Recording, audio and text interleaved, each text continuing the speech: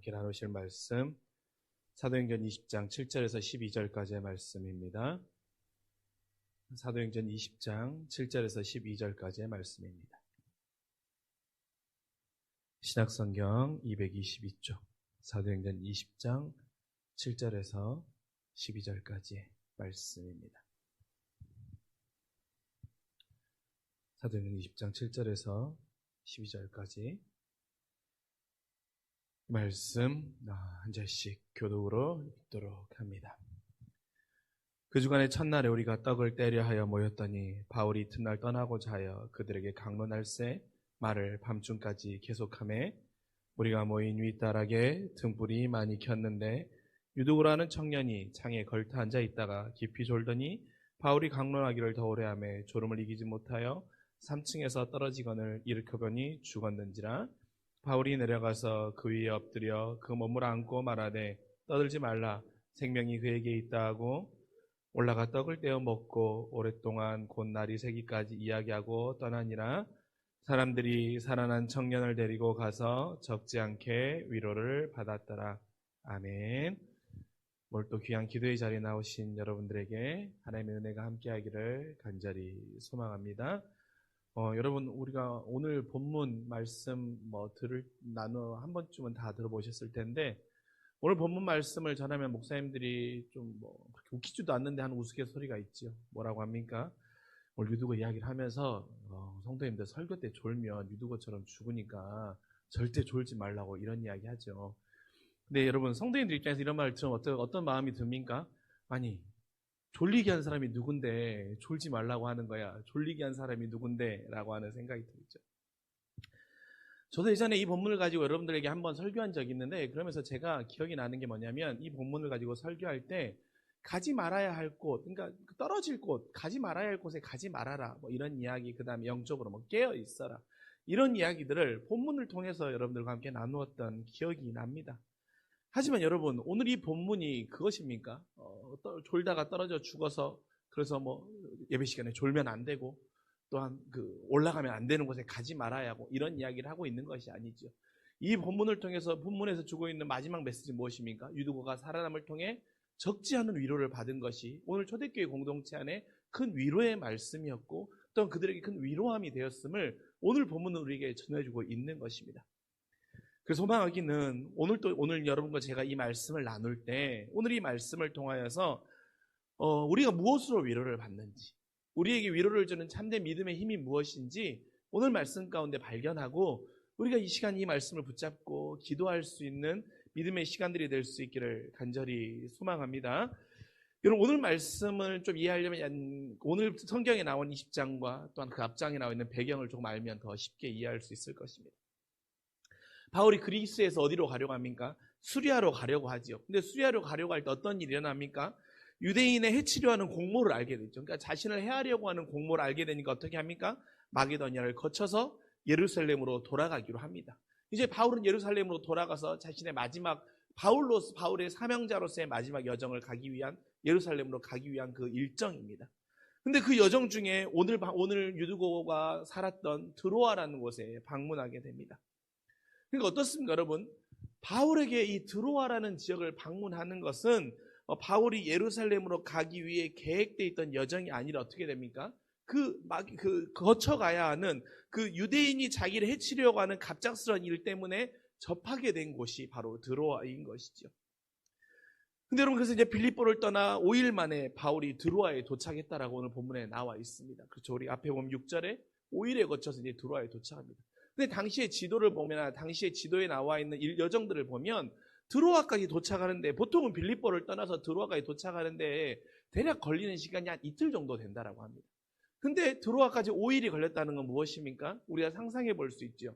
그 오는 여정 안에 풍랑을 만났거나 아니면 바울이 어려운 일을 경험했던 일들이 있을 것입니다.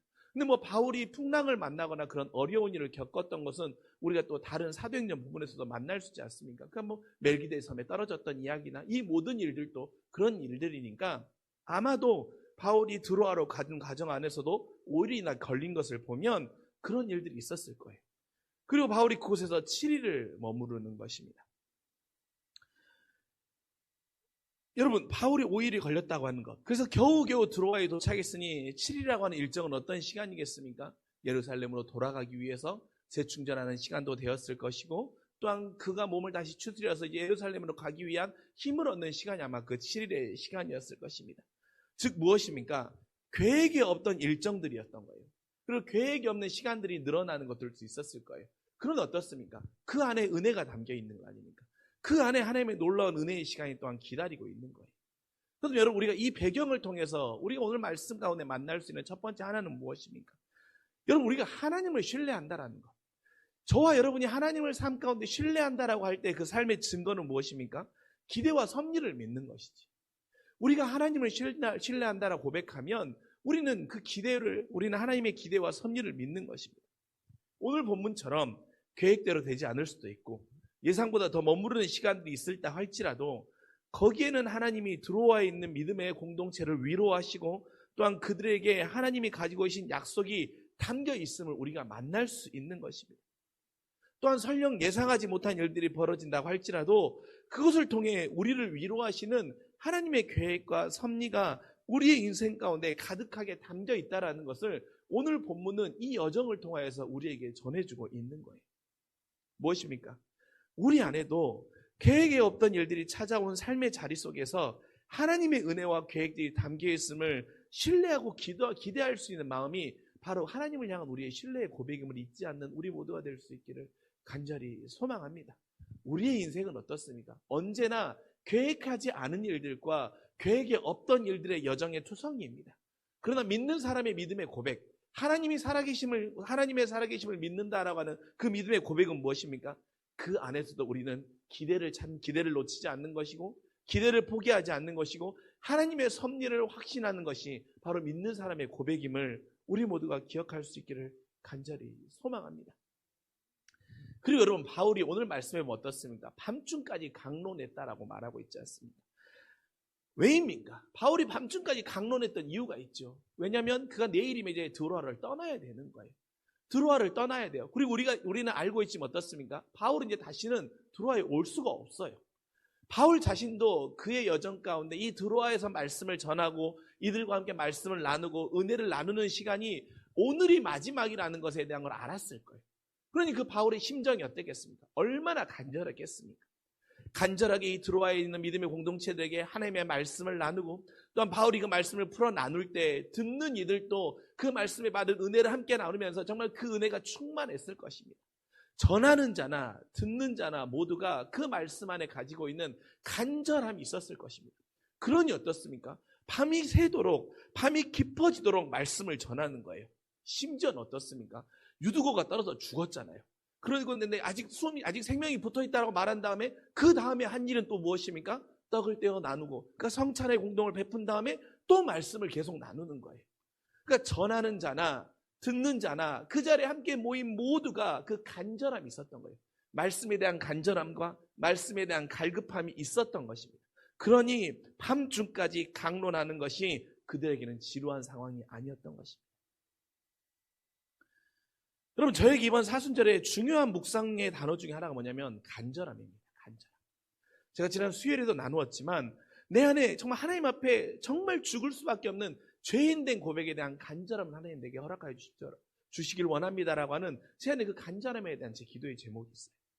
또 뭐냐면 말씀의 은혜에 대한 간절함이 있기를 원하고 기도의 열정에 대한 간절함이 제 안에 있기를 원합니다라고 하는 것이 제 이번 사순절에 제가 묵상하고 붙잡고 있는 중요한 키 단어 중에 하나입니다.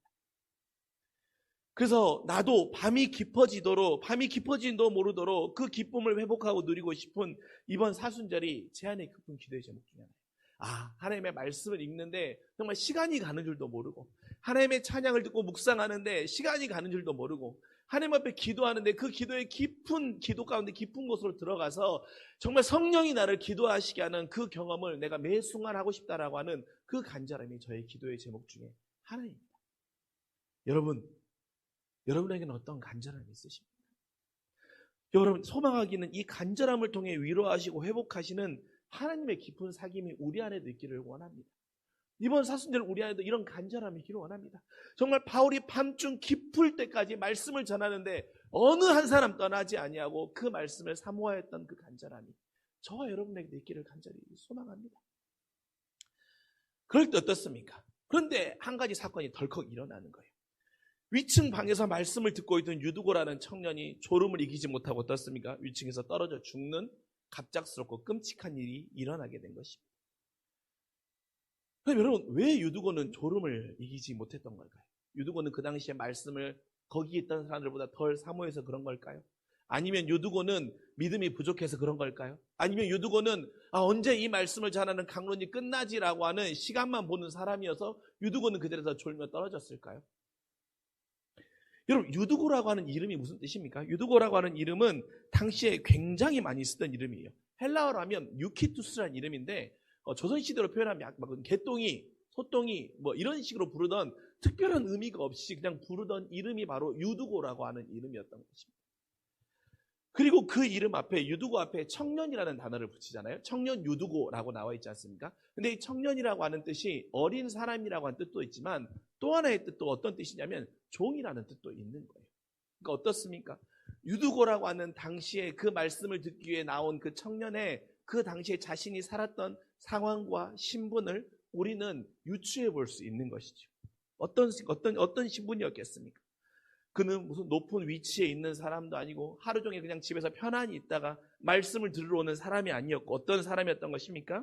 천한 신분의 종으로 하루 종일 고된 노동을 하다가 바울의 말씀을 듣고 싶어서 그 힘든 몸을 이끌고 그 자리에 찾아온 말씀을 강구했던 사람이 유두고였던 거예요. 여러분, 유두고가 그러니 유두고가 있었던 자리도 위층이잖아요. 여러분, 보통 말씀을 들을 때 어떻습니까? 바울이 이제 마지막 말씀을 전하는 시간이고 이제 내일이 떠나요. 그 바울의 말씀이 꿀송이보다 달아요. 그럼 여러분 자리를 앉으면 어디서부터 앉으십니까? 윗자리부터 앉으십니까? 그런 사람 없죠. 맨 앞자리부터 앉는 거예요. 그럼 유두고가 위층에 앉았던 이유는 무엇이겠습니까? 그는 그 말씀을 그가 했던 모든 일을 다 하고 그 자리에 헐레벌떡 왔지만 앉을 수 있는 자리가 그 자리밖에 없었던 거예요. 그 자리밖에 없었던 거예요. 그러니까 유두고가 믿음이 없는 자, 그래서 설교 시간에 조는 그런 자가 아니라 그의 삶의 자리에서 그가 가지고 있었던 삶의 고단함과 삶의 어려움과 힘겨움 가운데 어떻게든 졸아보지 않으려고 애썼던 사람이 유두고였다라고 하는. 그래서 어떻게 보면 그 깊은 밤에 졸음이 몰려오는 것은 아마 어찌 보면 당연함이 아니었을까라고 하는 것이 오늘 말씀 또 유두고를 생각해 볼 때 저에게 다가왔습니다. 여러분, 어쩌면 여러분도 그러지 않으세요? 저와 여러분, 이 기도의 자리에는 저와 여러분도 아마 유두고와 같은 오늘 삶의 모습이 아닌가라는 생각을 해보게 되었습니다. 가끔 내가 기도의 자리에 왔다가 나가는 나의 모습을 보면 스스로 아마 답답할 때도 있을 거예요. 내가 기도에 집중하지 못하거나 피로감에 무기력하게 있다 가거나 아니면 졸다가 떠나가는 내 모습을 보면 내가 지금 뭐하고 있나 하는 모습 가운데 스스로 자책하는 마음이 들 때도 있고 참 스스로 속상할 때도 있고 참 스스로 내가 이렇게 왜 못났지라고 하는 그런 마음이 들 때도 있을 것입니다.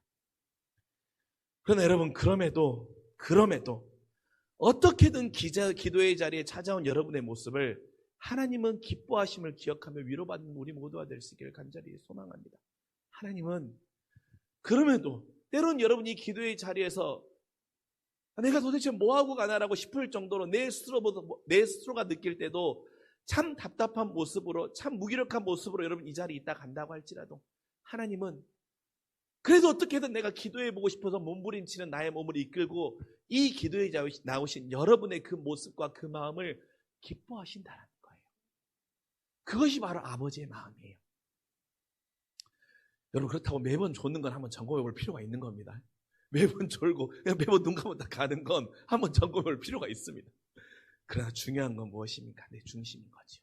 하나님, 정말 내가 무기력해 있고 하나님, 내가 정말 기도 외에는 다른 이유가 없고 기도하지 않고 내가 정말 방법이 없고 기도의 줄이라도 붙잡아야 내가 살 수 있다라고 하는 기도의 줄마저 붙잡지 않으면 내가 죽을 수밖에 없기 때문에 하나님, 내가 이 자리에 나와 기도하는 내 모습 아시지요? 그러나 하나님, 그럼에도 불구하고 기도의 모습 가운데 하나님이 보실 때 참 너의 기도 모습 볼 때 하나님, 내가 봐도 이렇게 속상한데 하나님이 보실 때 얼마나 속상하십니까? 라고 하는 그런 모습 우리가 기도의 자리에 나아간다고 할지라도, 그러나 여러분, 그럼에도 불구하고 여러분을 위로하시고 그 기도마저도 기뻐하시고 그 기도한 우리를 다시 깨우시며 보듬으시며 새롭게 하시며 힘을 주시는 그 하나님의 위로가 오늘의 기도의 자리에서 나오신 여러분에게도 있음을 기억하고 확신하며 위로함을 받을 수 있는 우리 모두가 되기를 간절히 소망합니다. 근데 여러분, 유두고가 사람들이 다 죽었다고 얼마나 웅성웅성 됐겠습니까? 여러분, 말씀 임했던 자리에 갑작스럽게 그런 사건이 일어나면 어떻게 됩니까? 완전 찬물이 끼얹은 것처럼 모든 것이 다 차가워졌었을 것입니다. 은혜 받는 자리가 죽음의 자리로 변했으니 말입니다. 근데 바울이 뭐라고 말합니까? 유두고를 안고 조용히 하라고 말하죠. 생명이 그에게 있다고 말합니다. 사람들이 봤을 때 분명 죽었는데 생명이 그에게 있다라고 하는 거예요. 그래서 뭐 혹자들은 유두고가 죽은 것이 아니라 뭐 기절했다고 말하는 사람도 있는데, 여러분 사도행전을 기록한 누가는 어떤 직업이었습니까? 의사였지 않습니까? 그가 그렇게 기록할 정도면 유두고는 분명 죽은 거예요. 근데 바울이 뭐라고 말합니까? 생명이 그에게 있다고 말하는 거예요. 그리고 나서 바울은 뭐라고 합니까? 떡을 떼고 그들과 다시 말씀을 나눕니다. 그러면서 여러분 이 말씀을 나눌 때 바울이 기도하고 바울이 안수하고 바울의 능력을 통해서 유두고가 살아났다라고 하는 부분을 말하는데, 여러분 오늘 말씀을 자세히 보면 어떻습니까?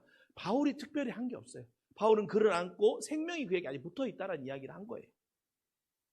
바울은 그저 그 몸을 안고 말한 것밖에 한 것이 없습니다. 그래서 바울이 안수하여 살렸다라고 하는 것은 잘못된 해석인 거예요. 그렇다면 여러분, 오늘 죽은 유두고가 살아남을 통해 주님이 우리에게 주시는 소망의 위로는 무엇입니까? 사람의 눈으로는 끝일지 모르지만 주님의 계획 속에서는 아니라는 거예요. 사람의 눈으로 봤을 때는 분명히 죽었지만 주님의 계획 가운데 그게 아니라는 거예요. 사람의 실수와 예상하지 못한 일들로 벌어진 혼란한 상황 앞에서, 그리고 한 사람의 죽음으로 개인의 생명이 그치고 공동체는 위기가 찾아올 수밖에 없는 그 상황, 그래서 상황의 수습은 어떤 방법으로도 쉽지 않고 찾아볼 수 없는 그 상황이었음에도 불구하고 하나님이 개입하시면 이 모든 상황이 수습되고 심지어는 모든 일이 이로 인해 적지 않은 위로를 받게 되는 놀라운 기적의 역사가 일어남을 우리는 오늘 말씀 가운데 만날 수 있기를 간절히 소망합니다. 무엇입니까? 하나님이 개입하시면 수습되지 않는 그 상황 가운데 모든 것들이 적지 않은 모든 이들이 위로를 받는 것으로 상황이 반전된다라는 것입니다.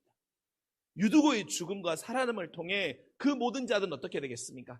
하나님이 우리와 함께 계심을 믿었을 것이고, 어려움 속에서도 신앙을 지켜나가는 우리를 지키시고 살리기를 원하시는 그 하나님의 마음을 구체적으로 그들은 이 상황을 통해서 보게 됐을 거예요. 그래서 이제 바울이 다시 오지 못한다고 할지라도, 바울이 예루살렘에서 그가 죽었다라고 소식이 들렸다고 할지라도 그들은 흔들리지 아니하고 하나님이 유두고를 살리셨던 그 하나님의 역사를 보았기 때문에 주님은 우리의 삶 속에서 계속해서 일하시고 계시고, 우리도 순교자의 길을 걸을 수 있고 끝까지 믿음을 지킬 수 있다라고 하는 그 믿음의 확신, 그 적지 않은 위로를 그들은 만났을 것입니다. 비록 지금 내 상황이 어렵고 비록 내 상황이 공고한다고 할지라도 주님의 계획 속에서는 아니라는 것, 주님의 믿음을 끝까지 지켜나간 자에게는 하나님이 은혜의 면류관을 주신다라고 하는 그것이 그들에게는 큰 위로가 됐을 것입니다. 우리도 마찬가지 아닙니까? 우리가 처한 상황들 안에서도 사람의 눈으로는 끝일지 모릅니다. 그리고 방법이 없을지도 모릅니다. 그러나 하나님의 계획 안에서는 아직 살아있는 것입니다. 그리고 방법은 분명히 있습니다. 무엇입니까? 하나님이 우리의 계획과 여정 안에 멈추지 않으면 신뢰하는 자의 걸음을 걸을 때 하나님은 아직 살아있다라고 말씀하시며 적지 않은 위로를 우리의 인생 가운데 행해 나아가시는 것입니다. 그래서 여러분, 유두고의 살아남이 모든 이들에게 적지 않은 위로가 되지 않았습니까? 유두고의 인생의 가장 큰 어려움과 시련이 다른 이들에게는 위로의 도구가 된 것입니다. 하나님의 개입하심으로 말입니다. 사순절 우리에게도 유두고 같은 어려움들이 하나님의 개입하심으로 살아나는 역사가 있기를 간절히 소망합니다. 그리고 우리 인생의 유두고의 사건들이 분명 다른 이들에게 적지 않은 위로로 쓰임받기를 원한다라고 하는 믿음의 사람의 결단과 도전이 또한 우리의 기도가 될 수 있기를 간절히 원합니다. 이 하나만 나누고 말씀을 마치겠습니다. 제가 오늘 예배에 올라오기 전에 제 대학교 동기에게 연락이 온 거예요. 지금 이제 그 친구는 이제 그 심리 상담을 전문으로 하는 친구인데 연락이 와가지고 이제 본인이 썼던 글이라고 하면서 글을 하나를 보내줬습니다. 근데 그 글을 읽어보니까 그런 내용이었어요. 그 친구에게 자녀가 셋이 있었는데 8살인가 9살 때 큰아이가 백혈병으로 먼저 천국에 갔습니다. 근데 이 백혈병을 알았던 과정이 한 3년 정도 그 친구에게 계속해서 희망이 찾아왔다, 그 희망이 사라지고, 희망이 찾아왔다, 희망이 사라지는 너무나도 힘든 시간들이었어요. 그리고 나서 이제 그 친구가, 그 아이가 세상을 떠난 지 이제 좀 한 8, 9년이 됐는데, 그리고 나서 이제 그 글을 남겨놓은 것입니다. 그래서 그 글을 읽고 나서 이야기를 하는데 그 말을 해주는 거예요. 내가 누구보다도 세상에서 겪을 수 없는 가장 큰 아픔을 겪어서 나에게 다가오는 모든 상담을, 나에게 다가와서 살려달라고 말하는 모든 사람들에게 내가 이걸 품어줄 수 있는 도구로 하나님이 이걸 사용하는 것 같아. 이제는 정말로 이게 나에게 다가오는 것 같아 라고 하는 내용의 말을 해주는 겁니다. 여러분, 우리도 마찬가지 아니겠습니까?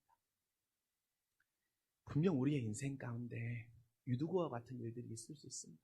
그런데 여러분, 하나님의 개입하심을 통해서 그것은 끝이 아니라 하나님의 섭리의 일하심의 역사로 쓰이고 있지 않습니까? 그럴 때 우리도 그 섭리와 하나님의 계획하심을 놓치지 않는다고 한다면 이것은 분명 누군가에게 적지 않은 위로로 하나님은 사용하실 것입니다. 그렇게 이번 이 사순절 우리 안에 적지 않은 위로로 쓰임받기를 원하는 나의 기도의 제목이, 하나님 나의 이 기도의 제목이 적지 않은 위로로 쓰임받는 믿음의 도구가 될 수 있게 해달라고 기도하며 나아갈 수 있는 우리 모두가 되시길, 또한 그 하나님의 위로가 저와 여러분에게 함께 하시길 주님의 이름으로 간절히 축원합니다. 기도하시겠습니다. 사랑이 많으신 아버지 하나님, 이번 사순절 우리 안에 아버지 하나님, 하나님에 대한 간절함이 회복되기를 원합니다. 죄인된 고백에 대한 간절함, 그래서 그 십자가의 은혜를 충만히 누리는 믿음의 역사들이 우리의 삶 가운데 일어나게 하여 주시옵고, 하나님, 때로는 내가 하나님 앞에 기도하러 나오는 나의 모습과 예배 가운데 나의 모습을 볼 때 내 스스로도 내가 부끄럽고 내가 부끄럽기 짝이 없는 내 모습이 있지만, 그럼에도 불구하고 나의 중심을 보시고 나를 위로해 주시는 그 하나님의 사랑의 마음을 기억하며 중심을 보신 하나님 앞에 나의 이 모습 그대로 나아가 기도하는 우리 모두가 되게 하여 주시옵소서. 하나님, 사람의 눈에는 끝일지 모르지만 주님의 계획 속에는 아님을 오늘 또 만나게 됩니다.